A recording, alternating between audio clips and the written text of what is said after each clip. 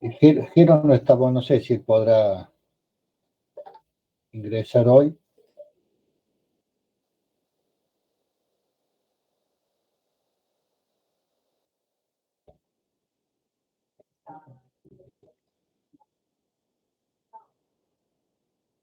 Avísenme si se ve la presentación. Sí, se ve, profe. Perfecto. Profe, los alumnos del profe Lazos, ¿le dejamos el presente en el chat o cómo hacemos? Ya les digo. Denme un segundito.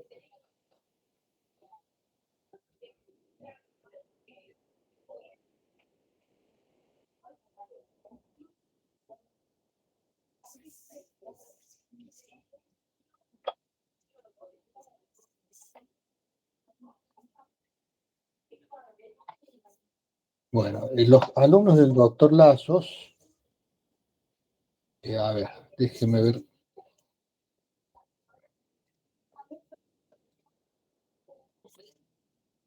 A ver, cómo dejar la asistencia.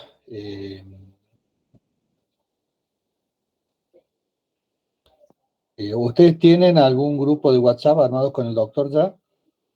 Sí, profe. Bueno.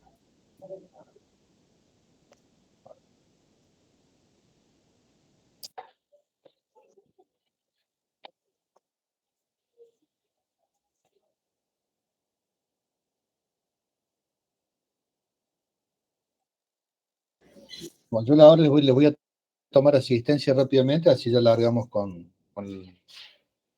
la charla. Gracias, Lorenzo. Bueno, a ver, me van diciendo uno por uno los nombres, los apellidos de los que están presentes, el doctor Lazo. Melegati. ¿Cómo? Melegati. Melegati. ¿Quién más? Marín. Marín. ¿Quién más? Moscardi, profe. Moscardi. Perfecto. ¿Quién más? Rodríguez. Rodríguez. ¿Quién más? Ramos. Sí. Rojas. Ramos, ¿y quién más me dijeron recién? Rojas. A ver, repítame, por favor. De a uno. Spila, SPI. Espila. ¿Quién más? Rojas. Rojas. Sí. ¿Quién más? Vidart. Ruiz. Milagros. Ruiz es el último que anoté. ¿Quién más falta? Vidart. Vidart. Sí, Vidart. ¿Quién más? Miller. ¿Quién más? San Millán.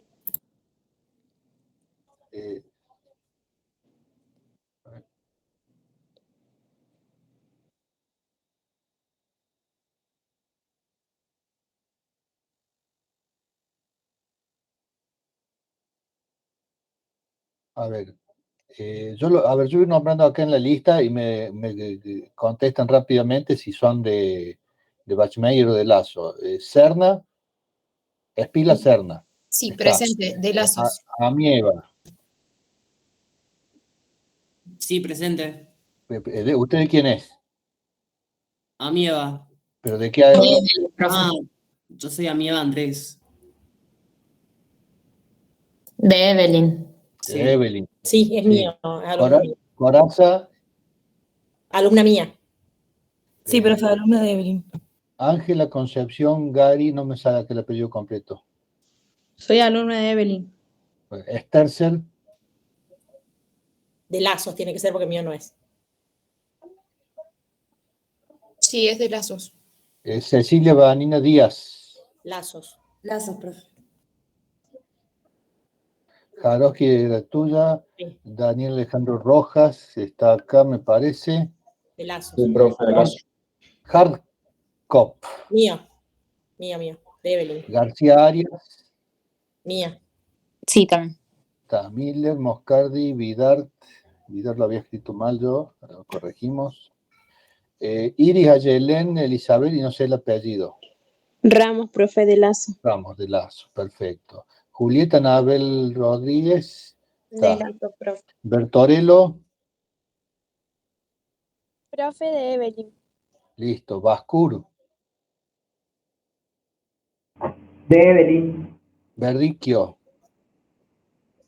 Acá, presente, de Lazos. perfecto. Ferrero, Profe de Evelyn. Giardino, De la profe Evelyn. María Milagros Ruiz, hola, no sé cuánto dice. Presente, profe de Lazos. Está. Bardía, De Evelyn, profe. Mauricio Ezequiel Archil, y me corta acá el nombre. De Evelyn, profe.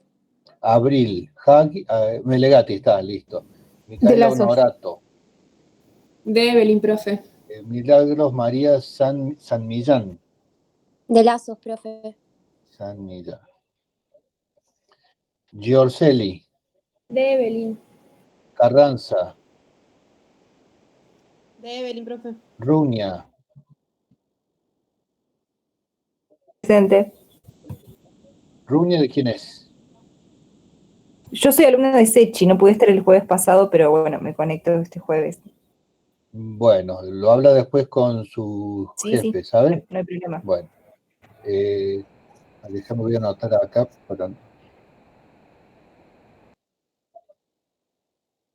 Renata Castro Olave, De Evelyn. Barrio Nuevo, De Evelyn. Vera, De Lazos, profe. La Encina, De Evelyn. perfecto. Bueno, ¿alguien no ha sido nombrado entre los que están presentes? Profe, a mí me dijo Vanina y es Vanin mi apellido por las dudas. Vanín Díaz. A mi profe no me nombró. Marín, de Lazos. ¿Cómo está? Marín. Sí, la tengo, sí, está anotada, está anotada. Ah, bueno. Sí, aquí está anotada. Bueno, perfecto. Vamos a largar entonces, ya hicimos este control.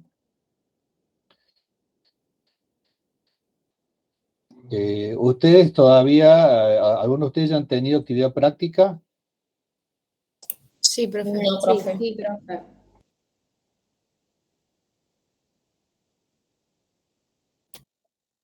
¿Y qué les ha llamado la atención de lo que han visto hasta ahora? ¿Alguno se anima a comentar su experiencia?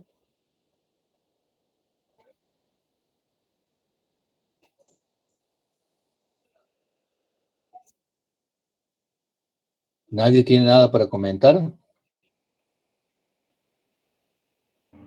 Yo en mi caso la importancia de hacer una buena historia clínica, bien completa, y hacer hincapié, bueno, en todos los antecedentes que tiene él y la evolución de la patología o de la lesión que encontremos en la boca, el tiempo y si fue modificando hasta el momento de la consulta.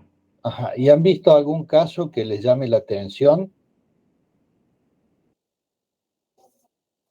Algo que los haya impactado, por ahí puede haber habido algún caso interesante que les haya llamado mucho la atención, que no se imaginaron que iban a ver algo así en estos días.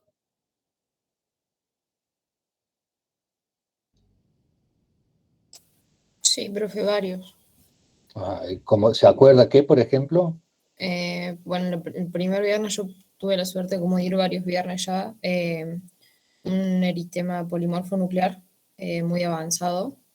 Ajá. Y que le hicimos curaciones a los pacientes. Ese fue uno de los tantos. Y después uno que me asignó el profe a seguir, que le estamos haciendo los estudios para determinar si tiene síndrome de Sjögren secundario a artritis reumatoidea, que lo raro era que tenía secreción, digamos. Entonces era como que salía de los libros, por así decirlo. Perfecto. Y como a mí lo que me llama la atención de esto es como que sale de los tejidos duros de la boca, o sea, de los dientes. Como que es la materia que sale de la normalidad de lo que venimos viendo. Claro, o sea, es más, hasta desde el punto de vista del nombre de la profesión, porque hablamos de odontólogo dentista y ya nos está transmitiendo que solamente tiene que ver con dientes. Y en realidad nuestra profesión tiene que ver con la persona y específicamente con la boca más que con los dientes. Edu, Porque, discúlpame, sí, ¿podrías aceptar a una alumna que se quedó sin batería y está entrando desde el celu de la madre?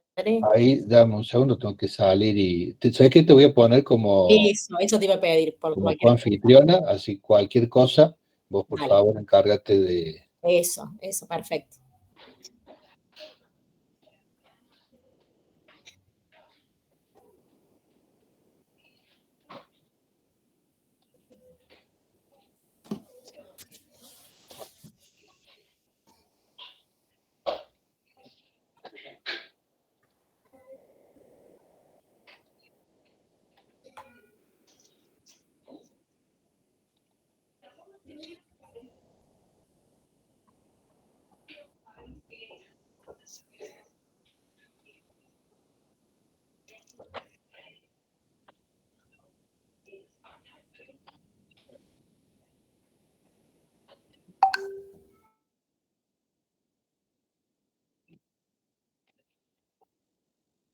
Pues Evelyn, ¿con qué cuenta entraste? ¿Con la cuenta de la facultad? Sí, con la de la UNC, Es que no me está dando la opción de que sea... Sí, de sí, estoy con la de la UNC.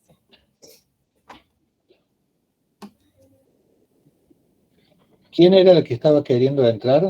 No, ahora sigue con su celular, todavía no pasó al de la madre. Porque vos sabés que Igual, normalmente no profe, cuando tengo... entra al Meet puede elegir, arriba hay una opción de qué cuenta entrar y ahí puede entrar directamente con la UNC del celular de la mamá y no va a hacer falta aceptarlo. Bueno, cualquier cosa me dice que ahí sí entró con, ahora y está intentando con el de la mamá porque parece que no lo tiene configurado a su cuenta Sí, en el... pues es que no me está dando la opción de habilitar a nadie, ese es el problema. Bueno, Si yo tuviera eso, lo soluciono enseguida. sí. Y si no, bueno, fíjate esta chica que quiere entrar como Norma Olivera. Perdonen.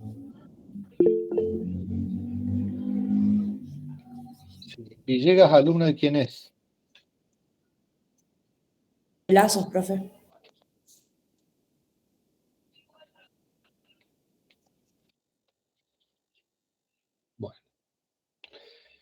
Bueno, largaremos así como podamos entonces. No sé qué pasó, en cambio de configuración, porque normalmente no hay problema para hacer lo que necesitábamos recién de autorizarte a vos, Evelyn, y de habilitar a alguien. Bueno, ahora sí largamos. Ustedes en estos días quizás hayan estado viendo, tanto en los teóricos como en la actividad clínica, algunas lesiones en la boca de los pacientes que les llaman la atención y que en un principio ustedes pueden pensar, el día de mañana, si me toca estar en un lugar de trabajo y veo esto, ¿cómo voy a hacer para saber qué es lo que tiene el paciente?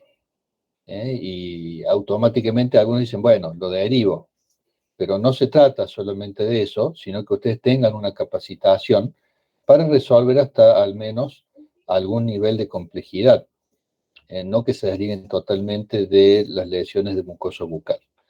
Es decir, la metodología de diagnóstico que nosotros queremos ir enseñándoles tiene que ver con la idea de desarrollar un mecanismo que ustedes puedan aplicar en cada caso y que no se trate, como se muestra en esta imagen, de intentar adivinar qué es lo que tiene el paciente.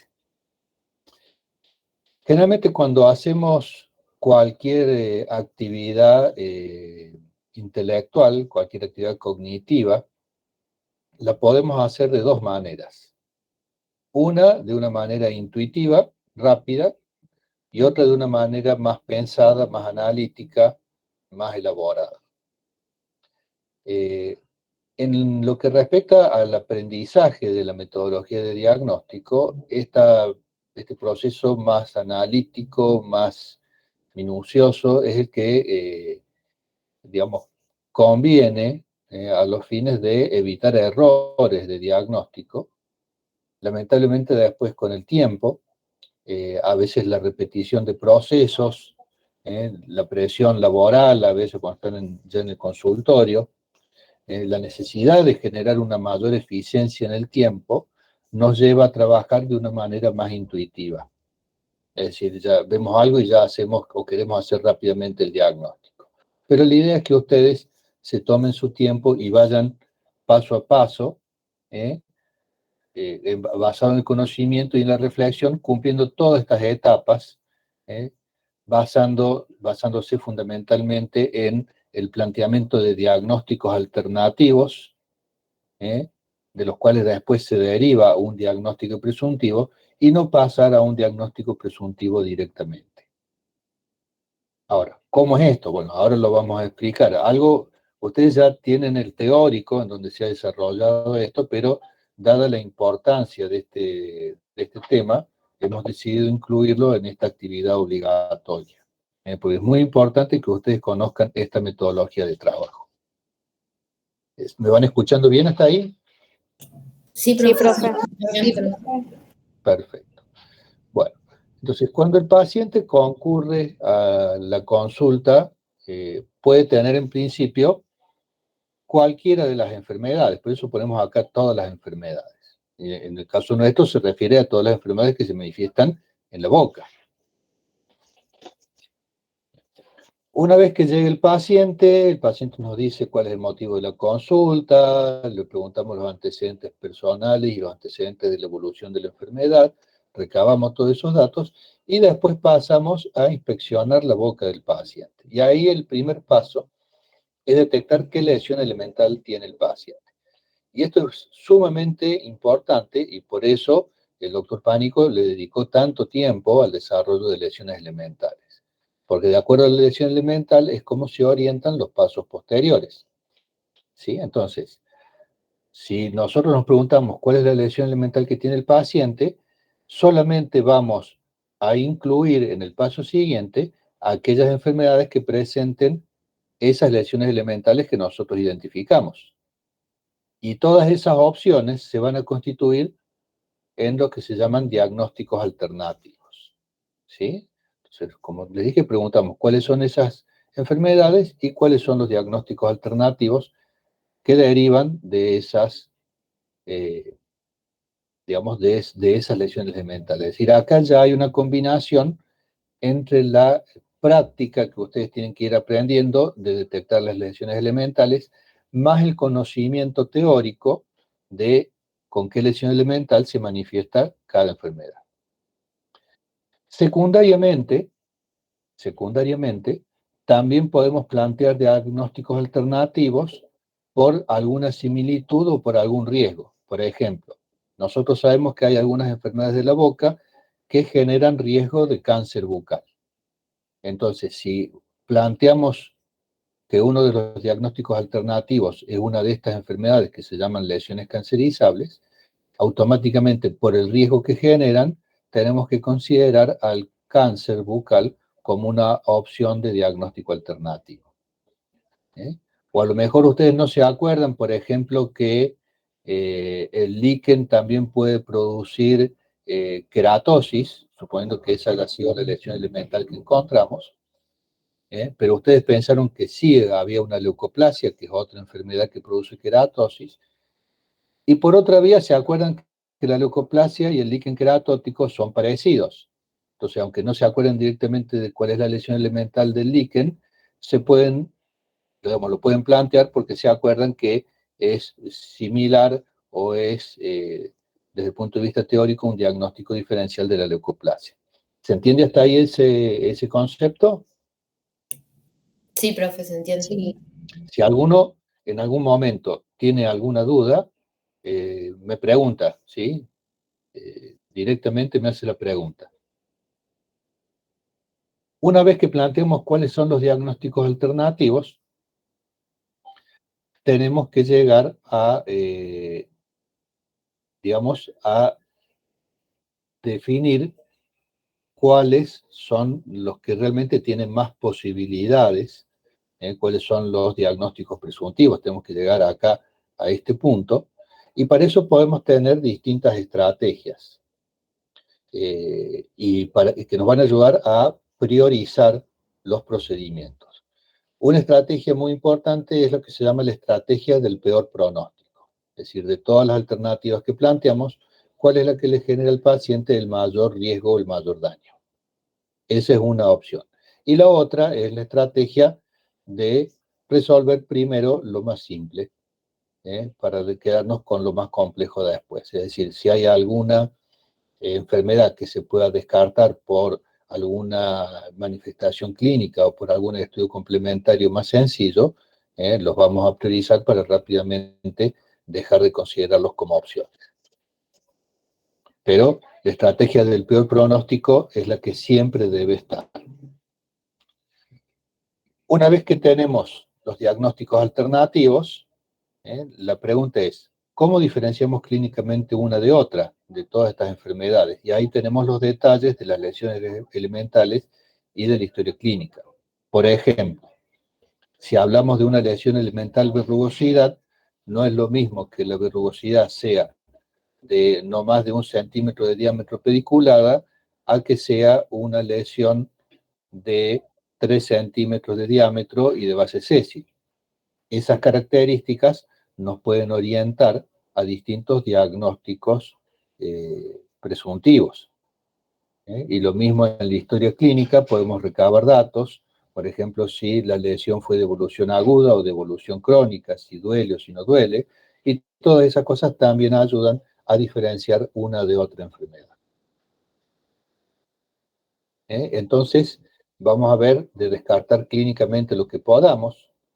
Si el paciente, por ejemplo, nos dice que las lesiones dolorosas que tiene fueron de evolución aguda, vamos a descartar aquellas que son de evolución crónica. Y así con cada una de las opciones clínicas vamos a buscar si hay una correspondencia con lo que nosotros conocemos teóricamente. Y, por ejemplo, el líquen bucal. Ustedes ya han escuchado hablar algo del líquen bucal, quizá en alguna materia correlativa previa. El líquen bucal tiene una característica particular, que es la presentación de manchas blancas en forma de estrías o de red en algunas zonas de la mucosa bucal, y que pueden coexistir con otras lesiones como erosiones, queratosis, verrugosidades.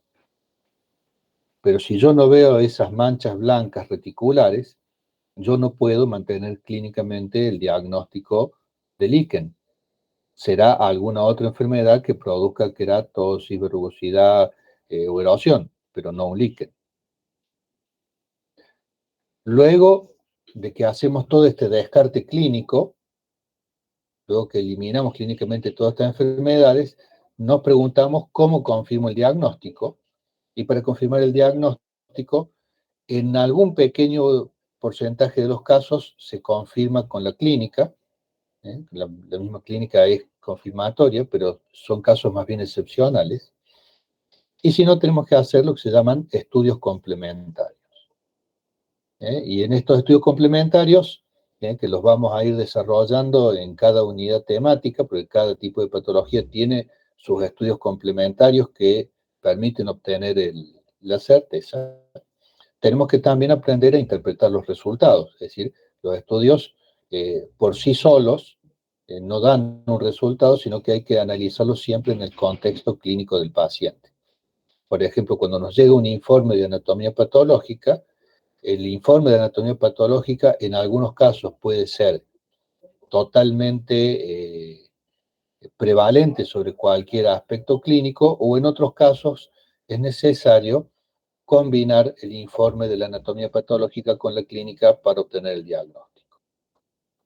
Es decir, la anatomía patológica no es superior, no es preeminente a la clínica, sino que todo eso depende de cada caso. Una vez que obtenemos el diagnóstico de certeza, pasamos a realizar el tratamiento. no se hace tratamiento sin diagnóstico de certeza. Hay algunas pocas excepciones en lo que se llama prueba terapéutica, que es cuando damos un tratamiento y la respuesta al tratamiento es lo que nos confirma el diagnóstico. Nosotros en estomatología esa prueba terapéutica la hacemos, por ejemplo, en candidiasis crónicas y agudas y en lesiones de origen traumático. Ustedes habrán visto hasta ahora que todo esto va generando como puse acá, una alternancia y combinación de procesos teóricos y prácticos. Ustedes irán viendo ya por lo que han visto en los teóricos, que la materia es una materia compleja, es una materia larga. Con sus jefes de trabajos prácticos van a ir avanzando de manera gradual en la materia, siguiendo un orden de acuerdo a las unidades temáticas y en correlación con los parciales que se vayan a tomar durante el año, que van a ser 3, no 4 como otros años. Y la recomendación es que vayan estudiando semana a semana, que no dejen pasar el tiempo, que no se confíen, porque cuando les llegue el momento de responder las preguntas de los parciales y de estudiar, digamos, los temas, se les hace un embrollo muy grande porque se les mezclan muchas unidades y no les alcanza el tiempo y bueno, obviamente ahí vienen los fracasos y las malas calificaciones. Entonces la recomendación es estudien todas las semanas. Aunque no haya una presión excesiva, sean organizados y sean responsables, porque si no, los problemas aparecen después. ¿Estamos hasta ahí? Sí, profe. Sí, profe. ¿Alguna pregunta respecto de esta mecánica que yo les expliqué? Pues ahora vamos a pasar a algunos ejemplos de cómo ir aplicándolas. Por el momento no. Bueno, muy bien. Vamos a... Por ejemplo, viene a consulta este paciente que se queja de dolor en el paladar, de dolor al tragar. Y bueno, y cuando le revisamos la boca vemos esta lesión que está ubicada ¿dónde? Paladar blando. Paladar blando. Exactamente, paladar blando, al lado de la línea media, aunque pareciera que hubiera otra lesión más acá en la línea media, más cerquita de la línea media. Y lo primero que tenemos que hacer nosotros es identificar cuál es la lesión elemental que está presentando el paciente. Para ustedes, ¿qué lesión elemental es esto que están viendo? ¿Una ampolla? Ajá. ¿Y por qué piensas que es una ampolla? ¿Qué es lo que ves a vos que te hace pensar que esto puede ser una ampolla? En realidad, profe, el techo como de una ampolla recubierto por como una pseudomembrana necrobiótica por la coloración medio amarillenta blanquecina.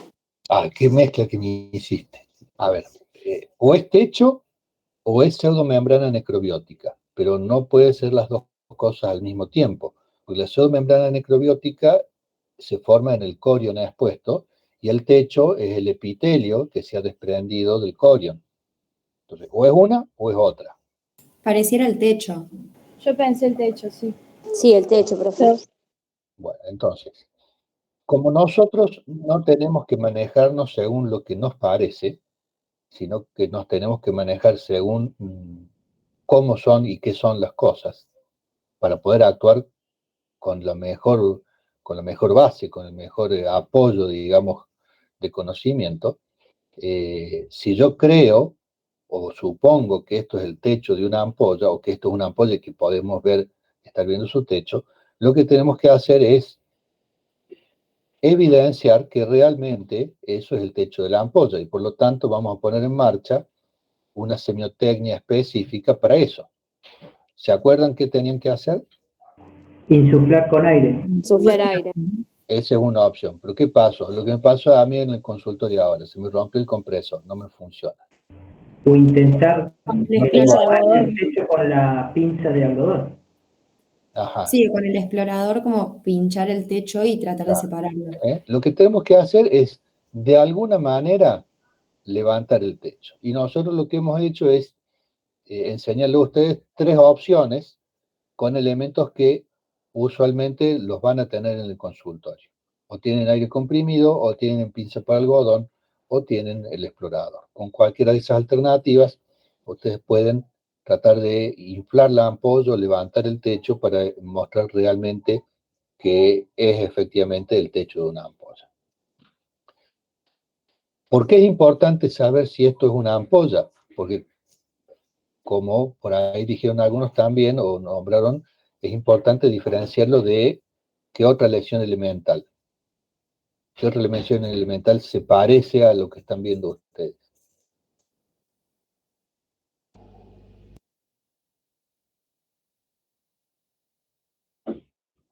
Si esto no fuera una ampolla, ¿Podría ser una pápula?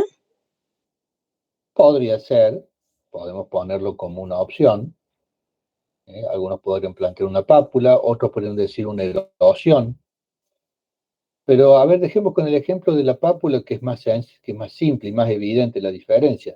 Si nosotros decimos, uy, mira, esto es una pápula, y no hacemos la maniobra de evidenciar el techo, y no era una pápula, sino que era una ampolla, y nosotros, por no hacer esa maniobra, nos confundimos. Al hacer el diagnóstico de lesión elemental pápula, ¿qué opciones de diagnósticos alternativos vamos a considerar? Por ejemplo, Sífilis, el secundarismo. ¿y la sífilis se manifiesta con ampollas? No. En realidad sí, pero muy excepcionalmente, no es lo habitual. Y siempre hay pápula. Entonces, lo que está pasando es que al diagnosticar mal la presencia de ampolla y pensar que es una pápula, estamos orientando el diagnóstico hacia una enfermedad que no es. Le vamos a pedir la serología para sífilis y nos va a dar negativo. Y ahí vamos a decir, uy, entonces, ¿qué es lo que tiene el paciente? Y vamos a estar perdiendo tiempo. Por eso es muy importante que ustedes identifiquen correctamente la lesión elemental. Por otra parte, si nosotros no vemos ampollas, sino que solamente vemos erosión, se nos amplía el espectro de lesiones que pueden ser las que están produciendo esta lesión. Así que el ver la ampolla nos circunscribe, nos limita las opciones. ¿Y ustedes han leído, han visto algo de cuáles son las enfermedades que se pueden manifestar con ampollas en cavidad bucal? Pénfigo. Impétigo. Sí, el impétigo es más de piel que dentro de boca, pero sí, está como opción. Pemfigoides. Pénfigos, penfigoides, ¿sí? Epidermólisis ampollar, eritema polimorfo. Excepcionalmente, el líquen plano bucal puede dar ampollas. Y todas esas enfermedades que yo les nombré son autoinmunes, salvo la epidermolisis ampollar, que es una enfermedad de orden genético. A esto podríamos sumarle, por ejemplo, ¿qué otra causa se les ocurre que puede producir ampollas en el paladar? ¿Quemaduras? Claro, una quemadura. Entonces, de las lesiones elementales pasamos a los diagnósticos alternativos, y hemos nombrado como 6 diagnósticos alternativos. Entonces, acá tenemos que establecer la estrategia del peor pronóstico. ¿Cuál es la que tiene peor pronóstico de todas las que nombramos? ¿Cuáles son las más graves para el paciente?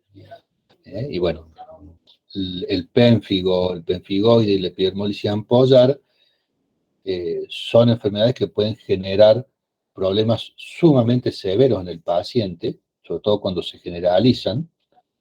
Si no son tratadas precozmente, no afectan no solamente la boca, sino también la piel, y pueden traer consecuencias muy graves e inclusive poner en riesgo la vida del paciente. Entonces, esas son enfermedades que no se nos deben escapar en el diagnóstico. Pero también tenemos que pensar en la estrategia de resolverlo más simple. Entonces, ¿qué podemos de esas alternativas que nombramos? ¿Qué se les ocurre a ustedes que podemos hacer clínicamente ya sea revisando la boca o preguntándole al paciente para descartar alguna de las opciones. Yo sé que a lo mejor ustedes todavía no han visto la parte teórica, entonces si la saben, bien, y si no, yo después les iré completando.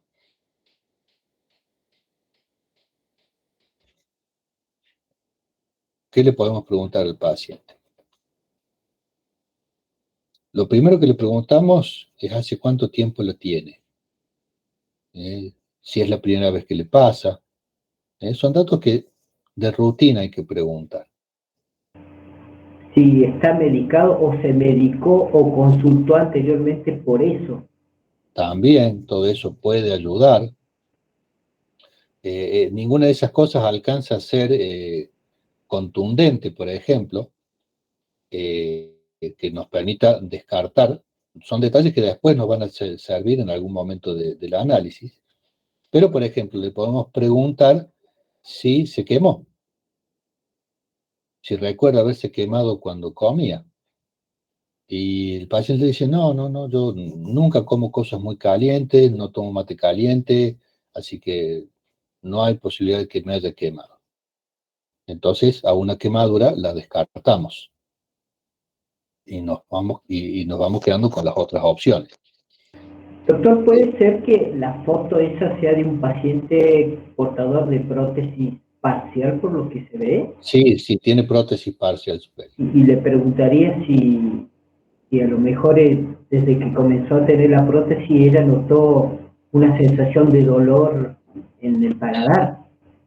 ¿Y por qué pensás vos que podría tener relación la prótesis con eso? Y porque a lo mejor el paciente sea alérgico al acrílico. Claro, pero generalmente las alergias al acrílico se producen en el lugar donde hay un contacto directo del acrílico con la mucosa, es decir, tendría que aparecer la lesión en la base protética y lo hace generalmente a través de una zona eritematosa, no raramente a través de ampollas, ¿sí?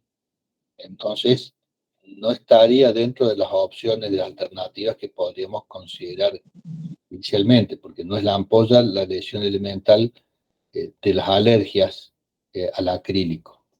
Además, también, profe, por la ubicación que tiene, al estar en paladar blando y sabemos que no llega hasta ahí Claro. la prótesis, no existe un contacto directo con esa zona. Exactamente. Entonces son detalles clínicos que nos van orientando a descartar, porque está bien, lo de la alergia al acrílico lo podríamos haber quizá considerado como una alternativa inicial, pero a medida que vamos analizando decimos, no, esto no pareciera ser la causa de esta lesión ampollar.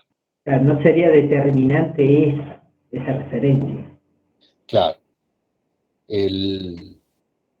Y bueno, entonces, la pregunta es, una vez que fuimos filtro, por ejemplo, dijimos, líquen, salvo estas manchitas blancas que se ven acá, que pueden ser producto de la cicatrización de una lesión previa, que esto es una erosión, que puede ser una lesión previa en una zona más central, no se observan en la boca de la paciente otras lesiones blancas compatibles con líquen.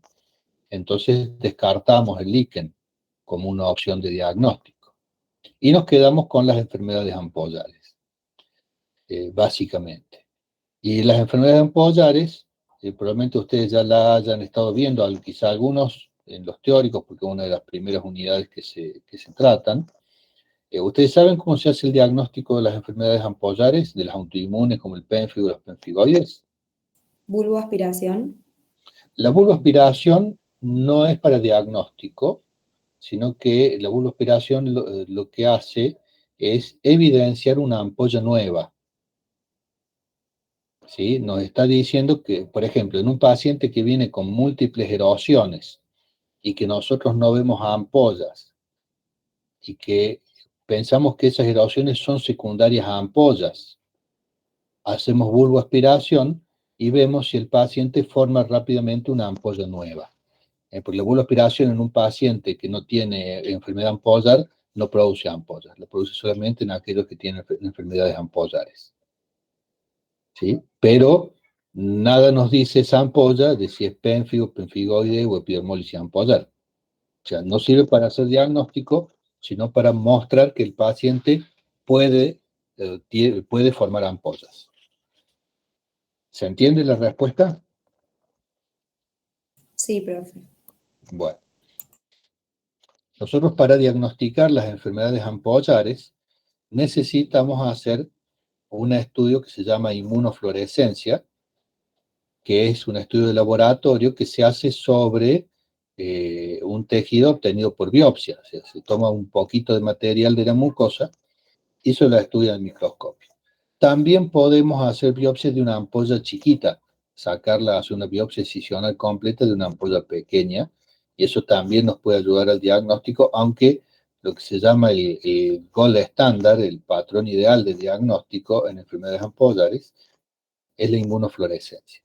Para eso hay que hacer una biopsia de mucosa clínicamente sana, no de la ampolla, es decir, es una biopsia que tiene características distintas a las biopsias para casi todo el resto de las patologías.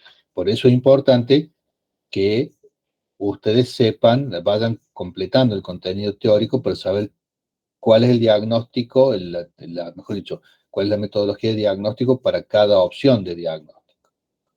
¿Sí? Entonces acá lo que tenemos que saber es que a este paciente vamos a tener que hacerle una biopsia. Bueno, ya después iremos viendo cómo se sigue con esto cuando ustedes completen con su jefe las partes de enfermedades ampollares. Pero por lo pronto a mí lo que me interesa ver es toda esta mecánica de plantear diagnósticos alternativos, de ir excluyendo clínicamente unos y otros.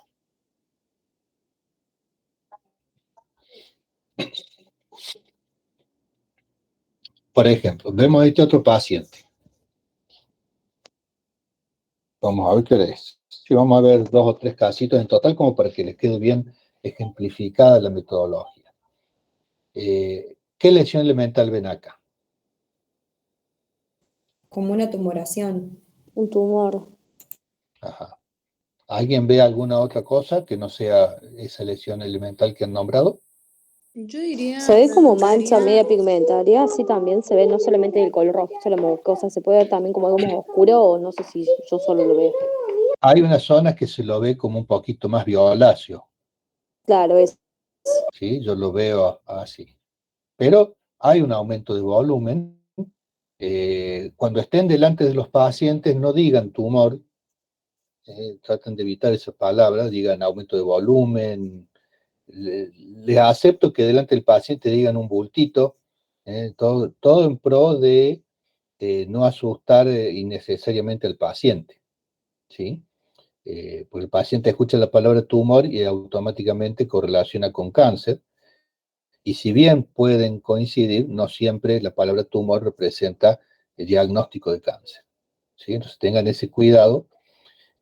Cuando estén en la sala, es más, lo mejor es que no estén hablando en voz alta y preguntándole al profesor, y doctor, ¿qué tiene el paciente? Y es muy grave, y el paciente se va a morir de esto, porque el paciente obviamente los va a escuchar y va a querer salir huyendo, ¿sí? Entonces tengan esos cuidados. Entonces, ¿dónde está ubicado este tumor? El paladar. El paladar, sobre todo paladar duro, en la parte posterior del paladar duro. Cuando nosotros vemos lesiones, sobre todo lo que se refiere a tumores, generalmente los tumores, aunque no siempre, aparecen en relación a la existencia de componentes histológicos que pueden dar origen al tumor. Es decir, en ciertas zonas anatómicas hay diferentes componentes histológicos que hacen que en un sector podamos ver ciertos tipos de tumores y en otros no. Por ejemplo, en mucosa yugal, donde está la bola adiposa de Billat, es más frecuente que se presenten los lipomas, que son tumores de células adiposas. ¿Sí? ¿Por qué? Porque en esa zona normalmente hay más células adiposas que en otros sectores de la boca. Y en paladar duro, ¿cuál podrá ser el origen de algunos de los tumores? Glandular. Glandular por la posición de las glándulas palatinas Lo en ese glandular sector. es una opción. Pero también podría ser un quiste, profe, dependiendo de la consistencia. También. En este caso, de pensar en un quiste, podría ser algún quiste odontogénico, residual, porque no estamos viendo presencia de elementos dentarios, al menos clínicamente.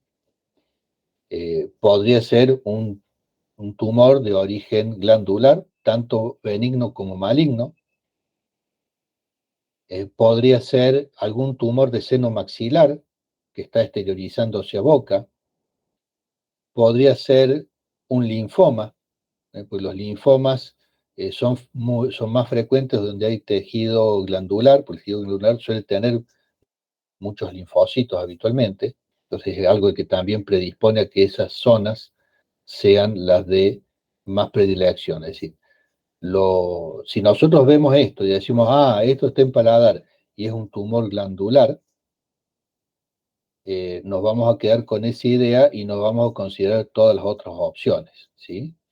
Entonces, yendo a la mecánica, dijimos, ¿qué lesión elemental tiene el paciente? Tiene un tumor. ¿Qué enfermedades manifiestan esa lesión elemental? Dijimos, algún tumor benigno o maligno de glándulas salivales menores de paladar, y dentro de eso hay toda una gran variedad dentro de los malignos y dentro de los benignos, porque clínicamente en este estadio es muy difícil diferenciar, inclusive es muy difícil saber si esto es benigno o maligno. Si estuviera ulcerado, por ahí pensaríamos más que es maligno, pero a veces cuando todavía no tienen tanto tamaño, no nos alcanza la clínica para decir si es benigno o maligno. Alguno podría decir, bueno, un tumor en paladar podría ser también un torus palatino, por ejemplo. ¿Están de acuerdo? ¿No se da más que nada en la zona del rafe medio? Claro. Inicialmente, sí, se puede plantear porque es un tumor en paladar, pero como acá ya entramos en esta otra etapa, ¿cuáles puedo descartar clínicamente? Sabemos que el torus palatino se ubica en la línea media, generalmente simétrico o bastante simétrico, y no corresponde con lo que estamos viendo en este paciente, que es una lesión lateralizada. Además, si palpamos esta lesión, si bien puede estar consistente, no va a tener la consistencia dura como de hueso que tiene el torus palatino. ¿Sí? Profe, ¿podría llegar a ser un nódulo también? ¿Cómo lesión elemental te referís vos? Claro, sí. Generalmente nosotros dejamos la lesión elemental nódulo el nódulo vendría a ser un tumor o tumoración que no se ve, sino que se palpa. Claro, sí, pero ahí como hay poco tejido, digo, bueno, capaz se puede ver también. Claro, pero vos acá lo ves. Si vos lo ves como lesión elemental, es un tumor, porque lo estás viendo. Si vos, por ejemplo, si el paciente tuviera una lesión en mucosa yugal y vos no la ves, pero la palpás, bueno, eso decimos que es un nódulo. Básicamente ese es el criterio que nos permite diferenciar una lesión elemental de otra, de estas dos que vos estás comparando. En realidad, las lesiones elementales, el uso y la interpretación son, digamos, no una cosa natural, digamos, sino que es una cosa, un criterio en cierta manera consensuado por el uso y por algún criterio lógico, pero no necesariamente, digamos, bueno, y eso hace que no siempre todas las opciones que pueden suceder al paciente están cubiertas por lo que nosotros tratamos o las lesiones elementales que usamos para describir. Además, nosotros en los últimos años hemos tratado de reducir la cantidad de lesiones elementales que usamos para describir, para no hacer innecesariamente compleja el dictado de la materia. Algunos, por ejemplo, me estarían preguntando cuál es la diferencia entre tubérculo y nódulo. Que antiguamente hablábamos de tumor, tubérculo y nódulo. Ahora solamente hablamos de tumor y nódulo. ¿Sí? El tumor se ve y el nódulo no se ve. ¿Sí? Esa sería la diferencia. Ahora bien, con los diagnósticos que nombramos, según la estrategia del peor pronóstico, si consideramos que esto puede ser un tumor maligno de glándulas salivales menores, o eventualmente un linfoma, esos serían tumores malignos, que son los que más riesgo podrían la vida del paciente. Y por lo tanto, no se nos pueden escapar como posibles diagnósticos. Y esas dos lesiones se diagnostican mediante biopsia. Y no solamente mediante biopsia con estudio por hematoxilina y eosina, sino que hay que hacer luego toda una serie de estudios que se llaman de inmunohistoquímica, que son reacciones especiales para, digamos, detectar características particulares de las células que nos permiten saber qué tipo de tumor maligno es con mucha más precisión y objetividad que la observación que se hace con la hematoxilina eosina. Bueno, ¿alguna pregunta respecto de este caso? No, profe, por ahora ninguna. Bueno, si acá hubiera elementos dentarios, y aunque en realidad, aunque no los haya, una cosa que corresponde hacer siempre es un correcto estudio radiográfico inicialmente, en principio con radiografías periopicales y o panorámicas, y también con una tomografía computada. Siempre que ustedes ven lesiones que afectan el hueso alveolar o los maxilares, o la base de los maxilares, deben pedir estudios radiográficos y tomográficos. Eso de rutina, ¿sí? Porque acá hay que ver si hay destrucción ósea, si la lesión de destrucción ósea es compatible con un quiste, o si es compatible con una erosión que va produciendo un tumor maligno al ir profundizándose. Todas esas cosas son sumamente importantes y son parte de la metodología de diagnóstico en este caso.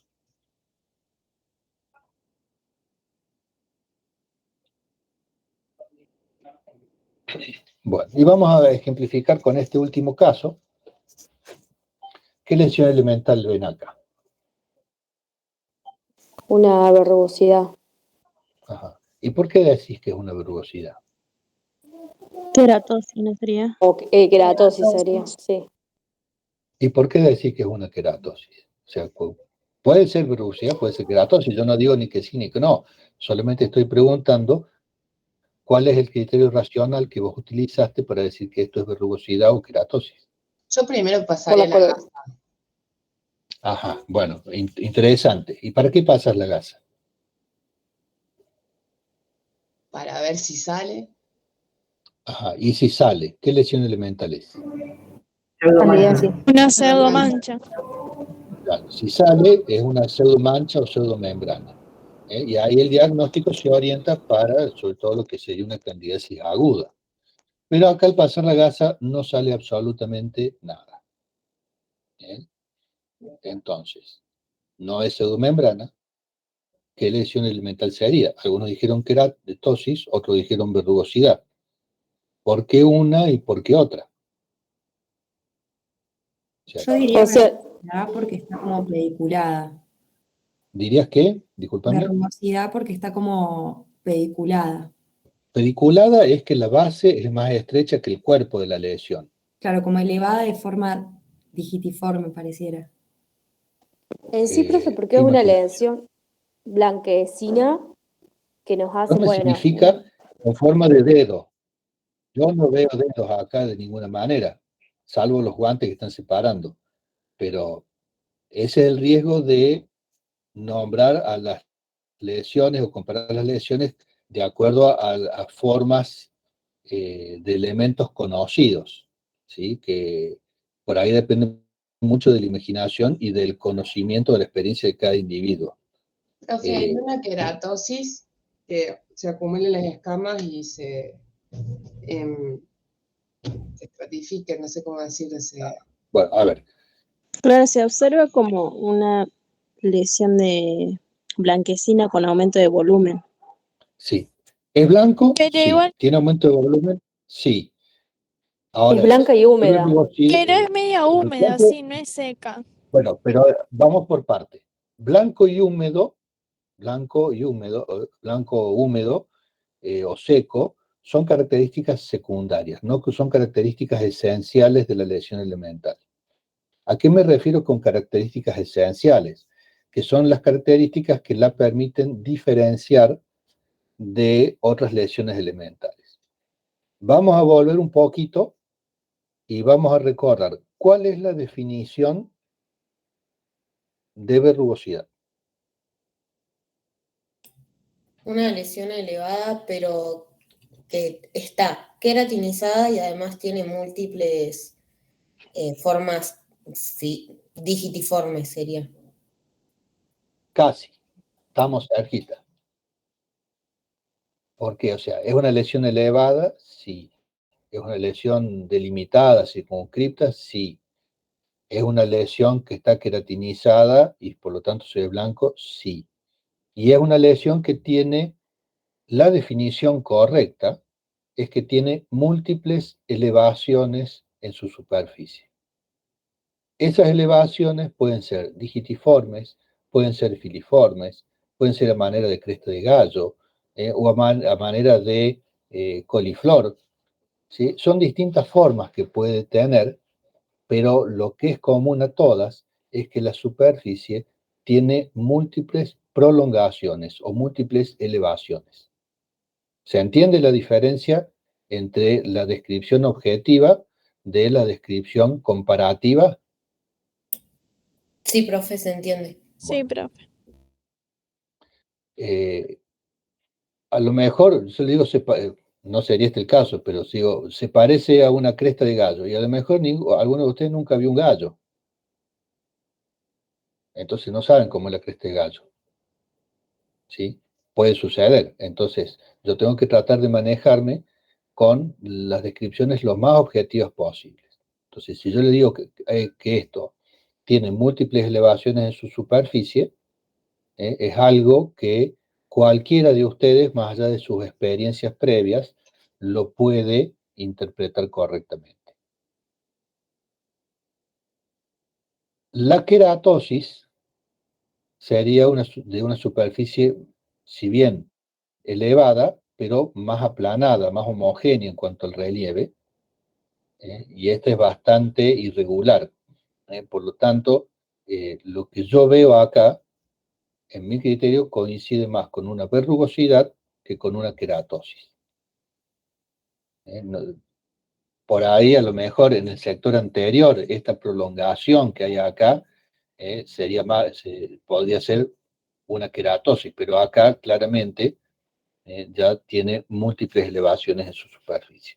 ¿Entienden el razonamiento para poder diferenciar una de otra? Sí, profe, se entiende bien. Bueno. Entonces, sabemos que acá tenemos, por lo tanto, verrugosidad. Es una verrugosidad de base sésil, no es pediculada. ¿Sí? Es de base sésil, ubicada en mucosa yugal. Y tenemos que plantear cuáles son los diagnósticos alternativos. ¿Qué enfermedades, por lo tanto, conocemos que se pueden manifestar con verrugosidades? HPV, la leucoplasia. Las verrugas HPV, la leucoplasia, ¿qué más? Un carcinoma. También, carcinoma, ¿qué más?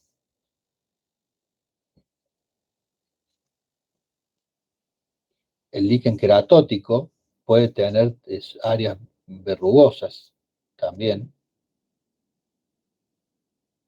Entonces, vamos a quedarnos con esas 4 opciones para ejemplificar con claridad los procedimientos. Dijimos leucoplasia, dijimos verrugas por HPV, algún carcinoma y líquen queratótico. ¿Cuál es la que tiene peor pronóstico? El carcinoma. Esa no se nos puede escapar. Aunque la leucoplasia y el líquen son lesiones cancerizables que también tienen su importancia, porque tienen un riesgo de que el paciente haga cáncer. Clínicamente, ¿podemos descartar alguna? Si no vemos imágenes reticulares de líquen. Para mí, lo del carcinoma, que a veces diagnóstico de cáncer es que tiene que estar ulcerado, puede ser que No. Si usted va a diagnosticar un cáncer cuando está ulcerado, usted está llegando siempre tarde. La idea es que se llegue a diagnosticar el cáncer antes de que se desarrollen las úlceras. Hay algunos cánceres de boca que inicialmente son ulcerados, pero no todos, no la mayoría. Entonces, por ahí hay quienes tienen el criterio de que cáncer es sinónimo de úlcera. No es correcto, ni desde el punto de vista evolutivo del cáncer, ni desde el punto de vista de las manifestaciones clínicas del cáncer, ni tampoco desde la posibilidad de que la úlcera pueda representar también otras enfermedades. ¿Sí? La úlcera como lesión elemental no es exclusiva de los carcinomas. Recuerden, por otro lado, que nosotros ya no hablamos más de úlcera y ulceración, que eso se habla, ya antes decíamos eso. Decíamos úlcera, que era crónico, y decíamos ulceración, que era como una úlcera aguda. Y ahora simplemente decimos úlcera aguda y úlcera crónica de acuerdo al tiempo de evolución. Porque decir ulceración es complejizar más la interpretación de lo que tiene el paciente. Si ustedes tienen que decir úlcera y ulceración, yo les tengo que enseñar 4 conceptos. Les tengo que enseñar úlcera, les tengo que enseñar ulceración y les tengo que enseñar agudo y crónico. Si yo les digo úlcera, agudo y crónico, tienen que aprender solamente 3 conceptos, lo cual hace que sea más simple y el resultado termina siendo el mismo. ¿Sí? ¿Se entiende eso? Sí, profe. Bueno. Entonces, el cáncer, y es muy importante que esto lo sepan, se puede manifestar desde estadios tempranos como pequeñas manchas blancas o pequeñas manchas rojas, no ulceradas y no dolorosas. Y es el estadio indicado para hacer el tratamiento precoz. Ya cuando las lesiones se ulceran es porque tienen una invasión muy profunda, porque esa invasión genera una destrucción de los vasos sanguíneos que nutren el tumor, o porque el tumor crece y se sobretraumatiza con dientes o prótesis. Entonces, no esperemos a encontrar una úlcera crónica para sospechar de cáncer. Hay que aprender a sospechar de cáncer con lesiones de aspecto aparentemente menos agresivo. Eso lo van a ir aprendiendo a lo largo del año. Todo eso lo van a ir viendo a lo largo del año. Dijimos, si no vemos imágenes de líquen típico, al líquen lo descarto como una opción, eso lo puedo hacer clínicamente en este caso. Las verrugas vulgares son lesiones de un tamaño limitado, generalmente no mayores a 1 centímetro, en algunos casos pueden llegar a tener hasta 2 centímetros de diámetro, casos muy excepcionales, con una base pediculada, que no coincide con lo que estamos viendo acá, que es una base sésile, una base amplia. Entonces, prácticamente también la puedo descartar clínicamente. Por lo tanto, me estarían quedando 2 opciones, que serían una leucoplasia y un carcinoma, como diagnóstico. Y para ambos casos, yo tengo que hacer una biopsia con una tinción de hematoxilina y eosina en principio, para hacer el diagnóstico de certeza. Entonces, a partir de ahí ya se unifica el procedimiento para las opciones que me han quedado. ¿Alguna pregunta más respecto de este caso? ¿Algún comentario que quieran hacer? No, profe, por ahora.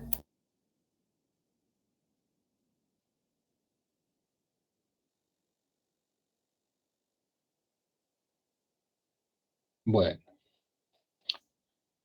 Evelyn, no sé si estás ahí todavía, pues bueno, por ahí si has tenido alguna tarea que hacer, no sé si habrás estado. Sí. Bueno, no sé si vos quieres agregarle algo a tus alumnos, algún criterio que No, nada. Perfecto. te parece importante comentarles a ellos. No, impecable todo, Edu. Bueno, la idea es que esto sea un ejemplo. Obviamente ustedes después en sala, con cada uno de sus jefes, tienen que ir poniendo en práctica toda esta metodología. Así que bueno, esperamos verlos mañana. Cualquier cosa, si llegara a haber algún inconveniente con el cursado por el tema del agua y no sé qué problema había, bueno, estaremos atentos y les avisaremos hasta últimas horas de la noche si hay alguna alteración de las actividades, pero en principio desconocemos que haya algún cambio de actividades. En última instancia, si es problema de agua y no se puede hacer clínica, bueno, veremos si hacemos alguna otra actividad, pero vayan previendo de ir a la facultad mañana hasta nuevo aviso. A los que les toque mañana, obviamente, ¿no? Bueno, profe. Bueno, que tengan buenas noches. Chicos, nada más, Bueno, una sola cosita. Los alumnos, por favor, nuestros, acuérdense de llevar la caja, ¿sí? O los materiales que puedan faltar de la caja, nada más. Gracias. Sí, eso acostúmbrense que tienen que llevar, digamos, si bien en estomatología les damos varias cosas, pero ustedes tienen que llevar su caja con instrumental esterilizado. Bueno, buenas noches. Buenas noches, profe. Nos Hasta luego. vemos. Buenas noches. Chao, profe. Chao. Chao, profe.